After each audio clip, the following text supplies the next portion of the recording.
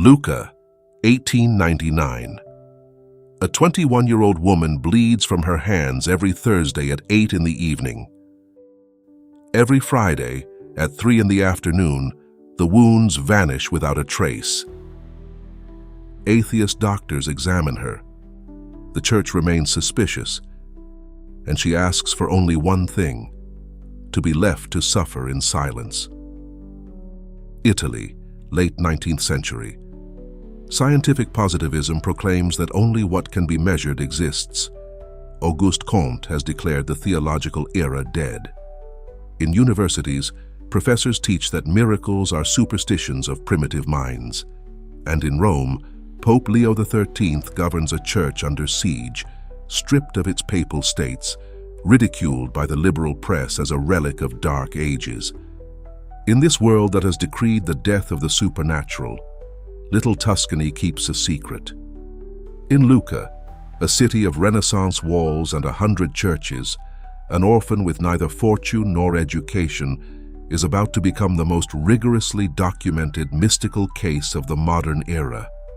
Not because she seeks it, but because God chooses the most unlikely instruments to confound the wise. Gemma Galgani will leave no philosophical treatises nor found any congregations. Her only legacy will be her marked body and her letters written in trembling hand.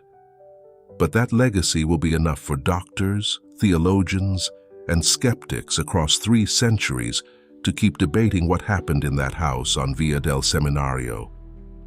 Because what Gemma lived through does not admit easy explanations. It only admits one question: what if it were true? Gemma Galgani comes into the world on March 12, 1878, in Camigliano, a small village a few kilometers from Lucca. Her father, Enrico, runs a prosperous pharmacy. Her mother, Aurelia Landi, is a woman of deep faith who prays the rosary every night with her children. Gemma is the 5th of 8 siblings, a small girl with large eyes, who from a very young age shows a singular inclination toward the things of God. By 4 years old, she already knows the catechism by heart. At 5, she asks her mother to teach her how to do penance. Aurelia, somewhere between astonished and worried, tells her that the best penance for a little girl is obedience. Gemma will obey her entire life, even when obedience costs her tears of blood. At 7 years old, Gemma receives her first communion. In those days, the usual age for this sacrament was 12 or 13, but the Bishop of Lucca, Monsignor Nicolao Ghilardi, personally examines the child and is so impressed by her understanding of the Eucharist that he grants special permission. Years later, Gemma will remember that day as the moment when Jesus took possession of her soul.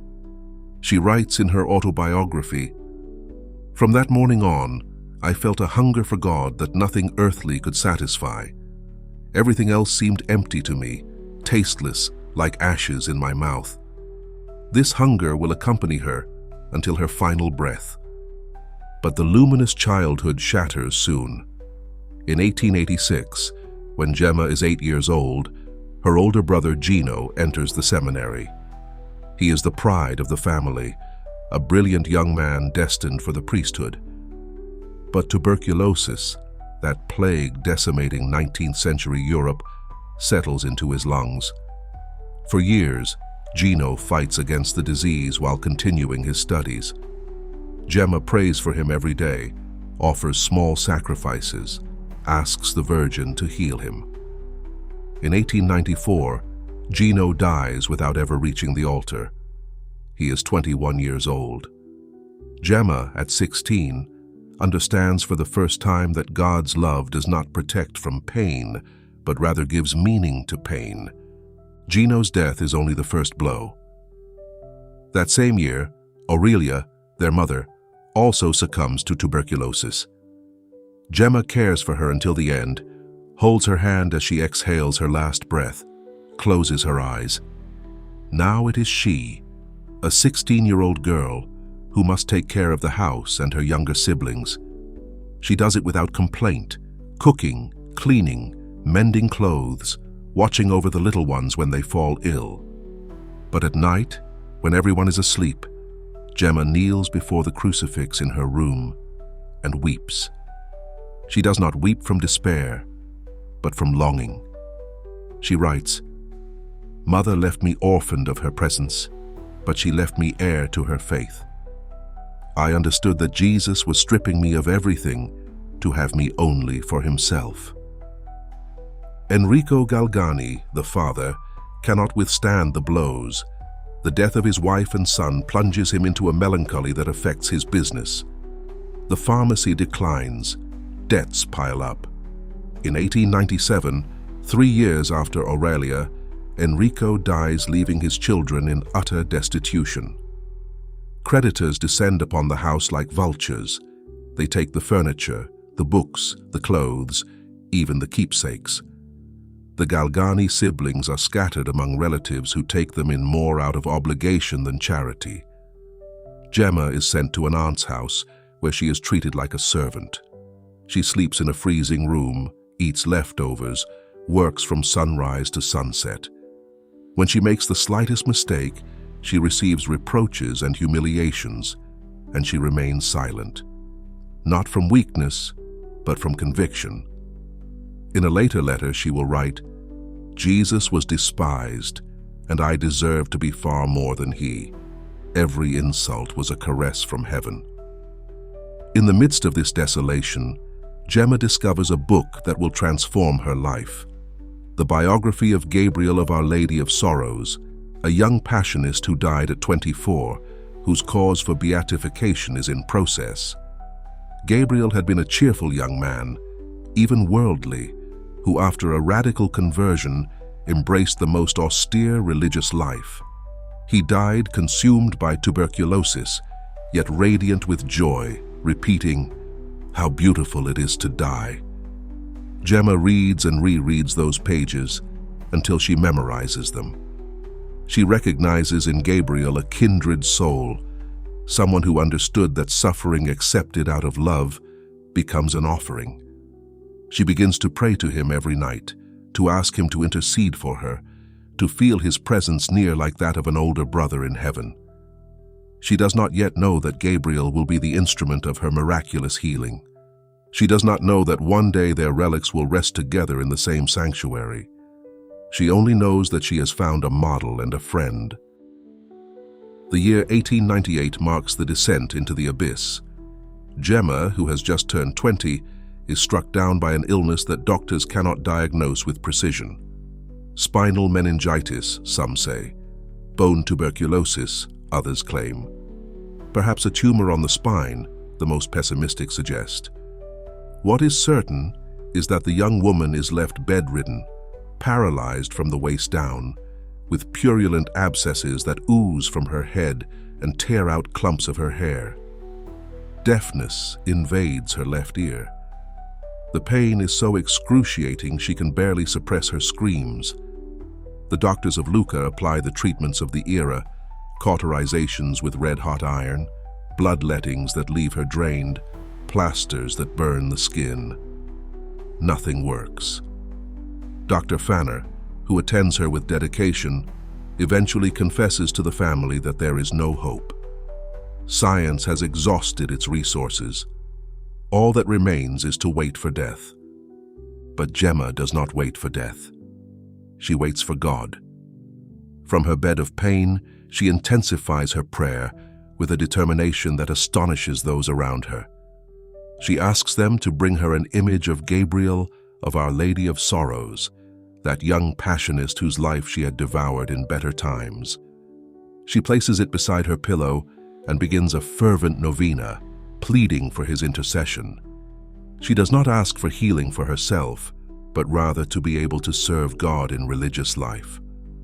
Her only longing is to wear the habit of the Passionist sisters, to consecrate her existence to the contemplation of Christ's passion.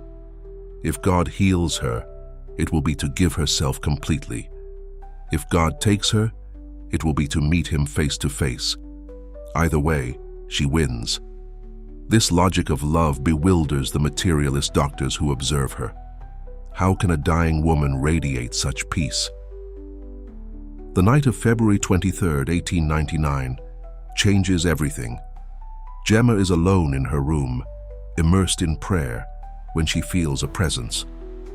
She does not see it with the eyes of her body, but she perceives it with a certainty stronger than any sensory evidence. It is Gabriel of Our Lady of Sorrows, dressed in the black habit of the Passionists, smiling at her with infinite tenderness. He tells her that her prayer has been heard, that Jesus wants her healed for a special mission, that she must prepare herself to suffer in a new way. Gemma does not understand these last words, but she nods. Then she feels as if an invisible force courses through her destroyed body. The pain disappears. The paralysis yields. The abscesses close instantly, leaving no trace. Gemma sits up in bed, moves her legs, stands up. She walks to the window and gazes at the starry night over Lucca. She is healed, completely healed. Dr. Fanner, summoned urgently, examines his patient with disbelief. He searches for explanations, reviews his notes, repeats the tests. He finds no natural cause. In the canonization process, he will declare under oath, "The healing of Gemma Galgani escapes all known medical explanation. If you ask my scientific opinion, I must answer that I have none." The healing is not an ending, but a beginning. Gemma understands that she has been healed for something, though she does not yet know what. Her first impulse is to fulfill her vow, to enter the Passionist Sisters. She writes to the superior of the monastery in Tarquinia, sets forth her vocation, begs to be admitted. The response arrives weeks later and is a devastating blow. The Passionists reject her. Her medical history makes her a risky candidate. Moreover, she lacks a dowry, that financial contribution families traditionally gave when a daughter entered the convent. Without guaranteed health and without money, Gemma has no place in the cloister.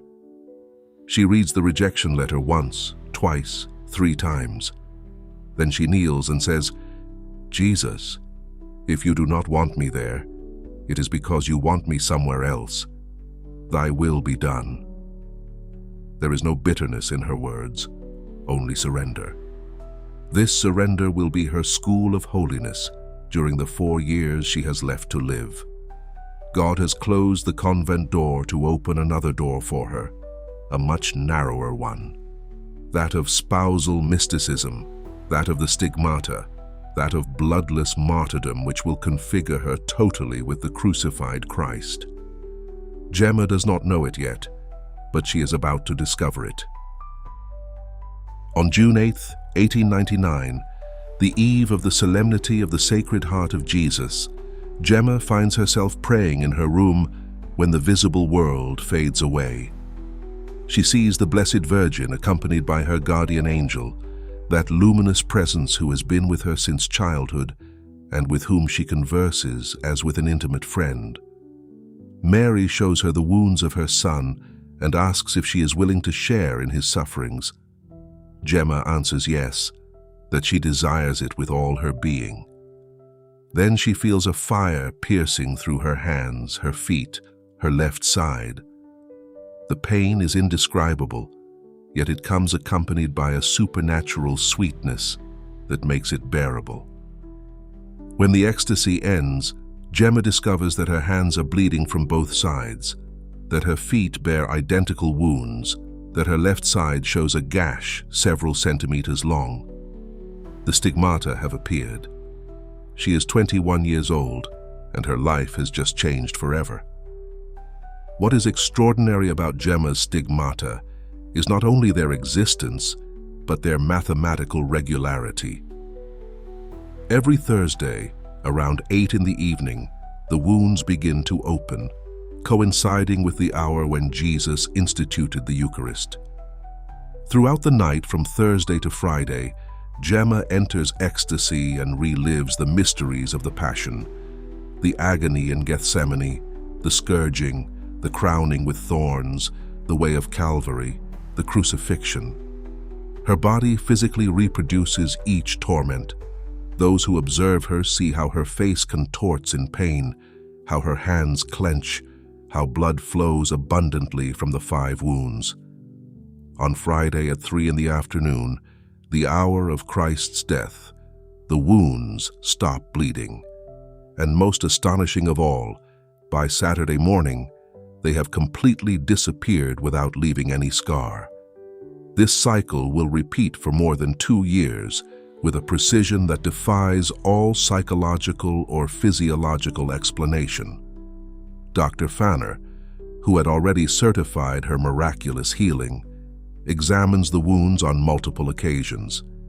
He confirms that they pass completely through the tissue of her hands, that the blood is authentic, that there is no possibility of self-injury or fraud. Other physicians, some openly hostile to the faith, reach identical conclusions. Science can describe the phenomenon, but it cannot explain it. The Giannini family enters Gemma's life providentially. Matteo Giannini is a respected businessman in Lucca. His wife Cecilia, a woman of deep faith who has heard about the young stigmatist and feels compelled to meet her. When she discovers the circumstances in which Gemma lives, mistreated by relatives who consider her a burden or a disgrace, Cecilia does not hesitate. She invites her to live in their home on Via del Seminario. Gemma accepts on the condition that she not be treated as an honored guest, but as one more member of the family. And so it will be. For the next 3 years, Gemma will share the daily life of the Gianninis. She will help Cecilia in the kitchen, care for the couple's 11 children, mend clothes, scrub floors. The children adore her because she plays with them, tells them stories, teaches them to pray with contagious joy. No one who sees her during the day would suspect that at night, this simple young woman becomes the stage for wonders that escape all human understanding. But the Giannini home is not only a refuge, it is also an observatory. Cecilia, a practical woman with a clear mind, begins keeping a meticulous diary of everything she witnesses.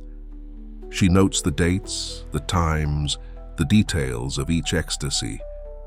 She describes the conversations Gemma holds aloud with her guardian angel, conversations she can hear but whose invisible interlocutor she cannot see. She records the phenomena of levitation, when Gemma's body rises from the ground during prayer and remains suspended for minutes that seem eternal. She also documents the demonic attacks, those terrible nights when Gemma is beaten by invisible forces, spat upon, dragged across the floor, while she screams invoking the name of Jesus. In the morning, her body shows bruises and wounds that no human being has inflicted.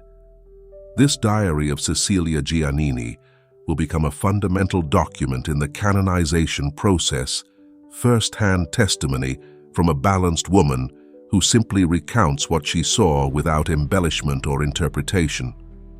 The truth, sometimes, is stranger than any fiction.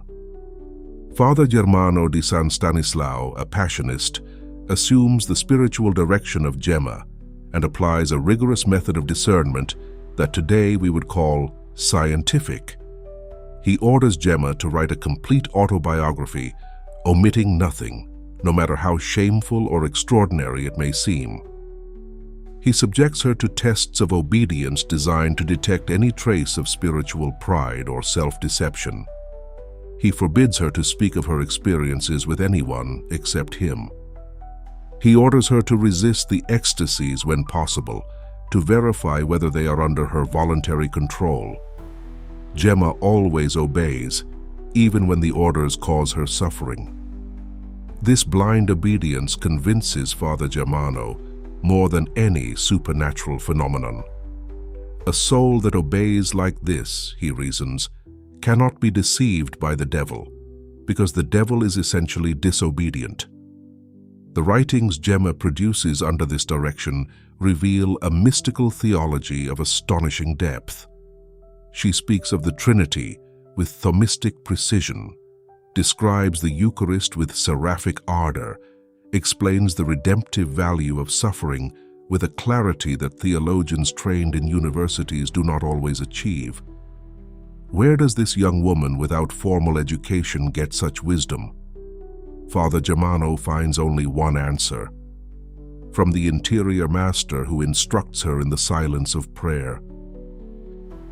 The year 1902 brings with it the prelude to the end.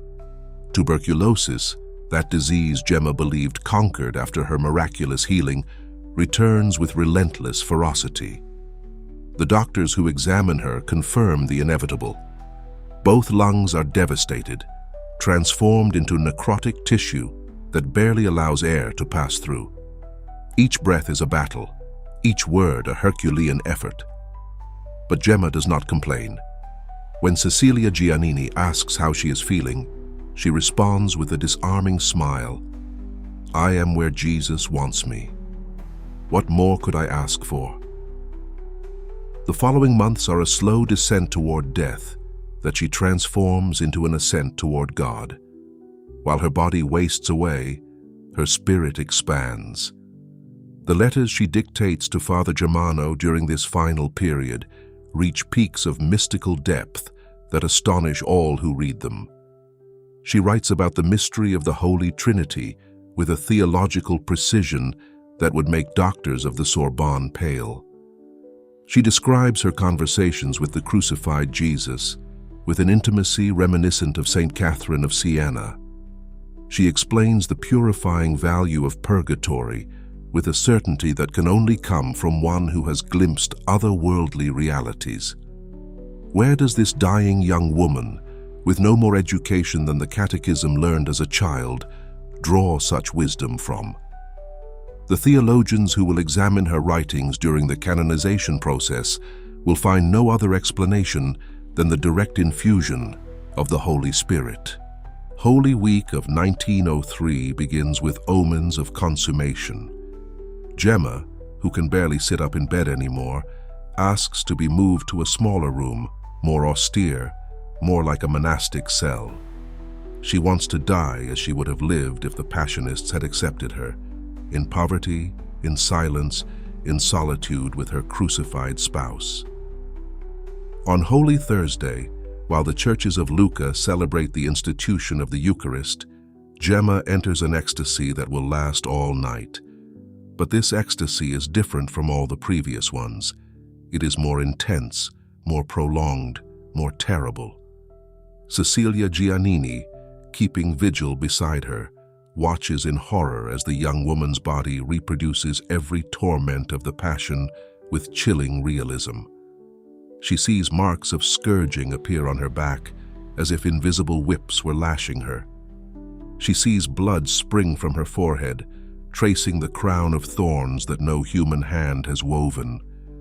She sees how her hands and feet bleed copiously, opened by nails that only the eyes of faith can perceive.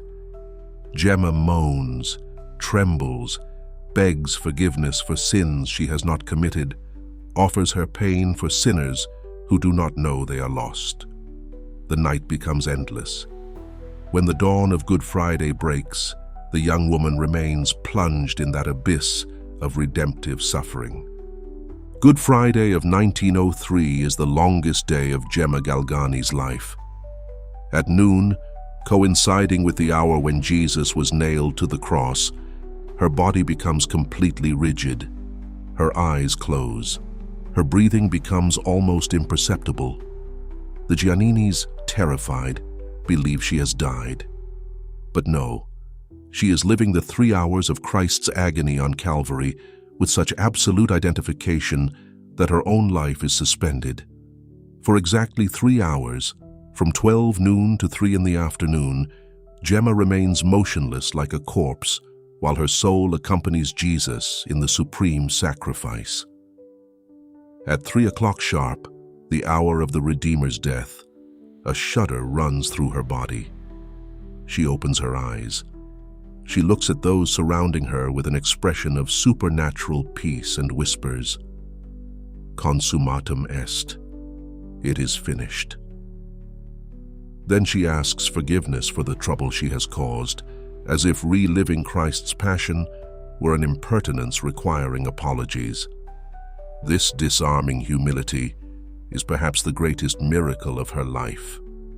After touching the most dizzying heights of mysticism, she still considers herself the least of all creatures.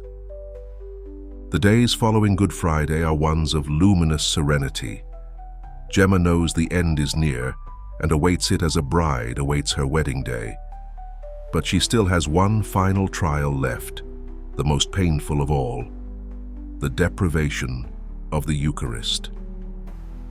A scrupulous confessor, fearful that the ecstasies Gemma experiences during communion might cause scandal or be misinterpreted, forbids her from receiving the sacrament. It is an order that pierces Gemma's heart like a sword. She, who lives on the Eucharist as the body lives on bread, finds herself deprived of the only nourishment she truly craves.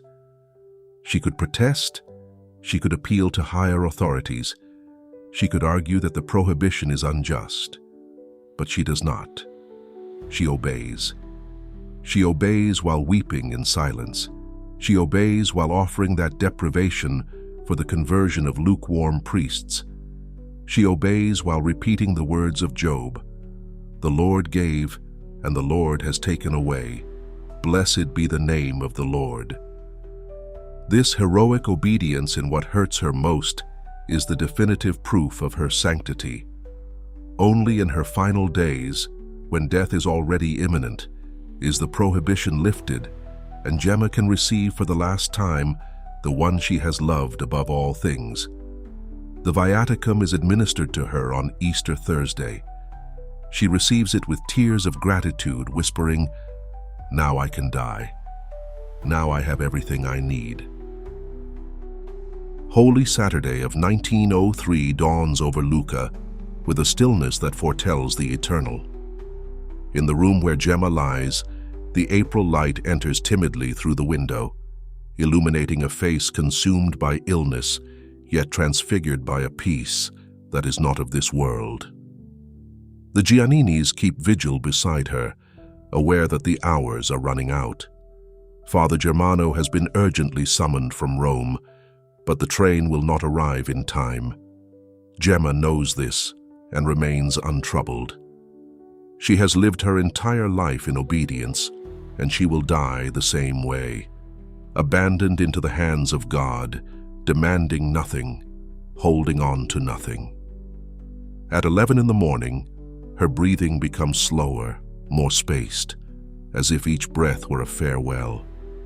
Cecilia Giannini holds her hand and feels the life force withdrawing from that martyred body.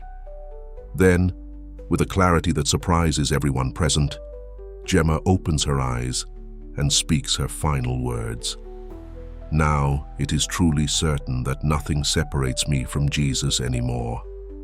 I am going."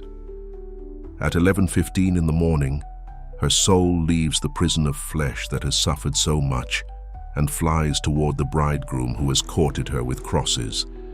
She is 25 years, 2 months, and 29 days old.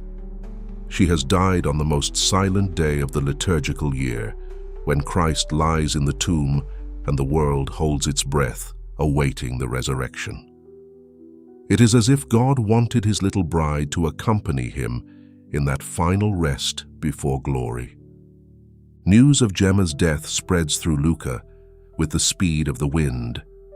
Before evening falls, hundreds of people crowd in front of the Giannini house, asking to see the body. What they find leaves them speechless. Gemma's corpse shows none of the usual signs of death. There is no rigidity, no cadaveric pallor, not the slightest hint of decomposition. Her face radiates a serene beauty she never possessed in life, as if death had erased the traces of suffering and revealed the splendor of her soul. For days, the body remains exposed for the veneration of the faithful, and for days, it maintains that flexibility and freshness that defy the laws of nature. The doctors who examine it find no explanation. The skeptics fall silent. The devoted kneel and pray. Lucca, the city of 100 churches, has found a new patroness, though it does not yet know it officially. The beatification process opens in 1917, barely 14 years after her death, an unusual swiftness that reflects the Church's urgency to examine that extraordinary case. Testimonies accumulate. Doctors who certified inexplicable phenomena, priests who heard her confessions, the Gianninis who lived with her, simple faithful who witnessed her ecstasies or received graces through her intercession. Father Germano, who has dedicated the years following Gemma's death to compiling her writings and promoting her cause, declares before the ecclesiastical tribunal, "In 30 years of ministry, I have not known a soul more transparent, more obedient, more configured to Christ crucified. If Gemma is not a saint, I do not know what sanctity is." Pope Pius XI solemnly beatifies her on May 2, 1933, declaring that her heroic virtues are proven beyond all reasonable doubt. 7 years later, in the midst of World War II, when bombs fall on Europe and civilization seems to be crumbling, Pope Pius XII raises her to the altars as a saint of the Universal Church. It is May 2, 1940. The pontiff calls her beloved daughter of the Passion and proposes her life as a model for a world that has forgotten the redemptive value of suffering. Today, the incorrupt body of Saint Gemma Galgani rests in the Passionist sanctuary of Lucca, alongside the relics of Saint Gabriel of Our Lady of Sorrows, that young man whose intercession miraculously healed her. Pilgrims who visit her tomb encounter a living presence that transcends death. Her writings have been translated into dozens of languages and are studied in theology faculties as supreme examples of nuptial mysticism, that tradition which sees in the human soul the bride of Christ, and in suffering, accepted out of love, the nuptial bed where union is consummated. Theologians of the stature of Hans Urs von Balthasar have placed her in the lineage of Saint Catherine of Siena and Saint Teresa of Avila, women who received extraordinary graces from God not for their own glory, but to remind the Church that the supernatural has not died, that heaven remains open, that Christ continues to choose weak souls to confound the strong. But perhaps Gemma's deepest legacy lies not in the stigmata, nor in the ecstasies, nor in the levitations. It lies in the ordinariness of her sanctity, in the patience with which she endured humiliations, in the joy with which she served others, in the obedience with which she accepted even orders that broke her heart, in the forgiveness she offered to those who mistreated her. In an era that sought scientific explanations for everything, Gemma offered something that science cannot measure or refute: a life totally surrendered to God, documented down to the last detail, verified by hostile and favorable witnesses alike, and which continues to challenge anyone who approaches her with honesty. Her silent question crosses the centuries and reaches us today. Are you willing to love like this? Are you willing to suffer like this? Are you willing to trust like this? 25 years, a life that had barely begun according to the world's standards, but which in God's eyes had reached a fullness that many centenarians never know. Gemma did not found hospitals, nor write encyclopedias, nor preach before crowds. Her pulpit was a sick bed. Her eloquence, the silence of accepted suffering. Her masterpiece, a wounded body that spoke louder than all the treatises of theology. In our age, which flees from pain as from the plague, which numbs every discomfort and considers suffering a meaningless absurdity, Gemma remains both scandal and light. A scandal for those who believe happiness consists in avoiding the cross. a light for those who sense there is a love greater than pleasure, a joy deeper than comfort, a life more abundant than the mere absence of death. Perhaps today, in the silence of your heart, you can hear the same question Jesus asked so many times of his little bride from Luca. Do you love me?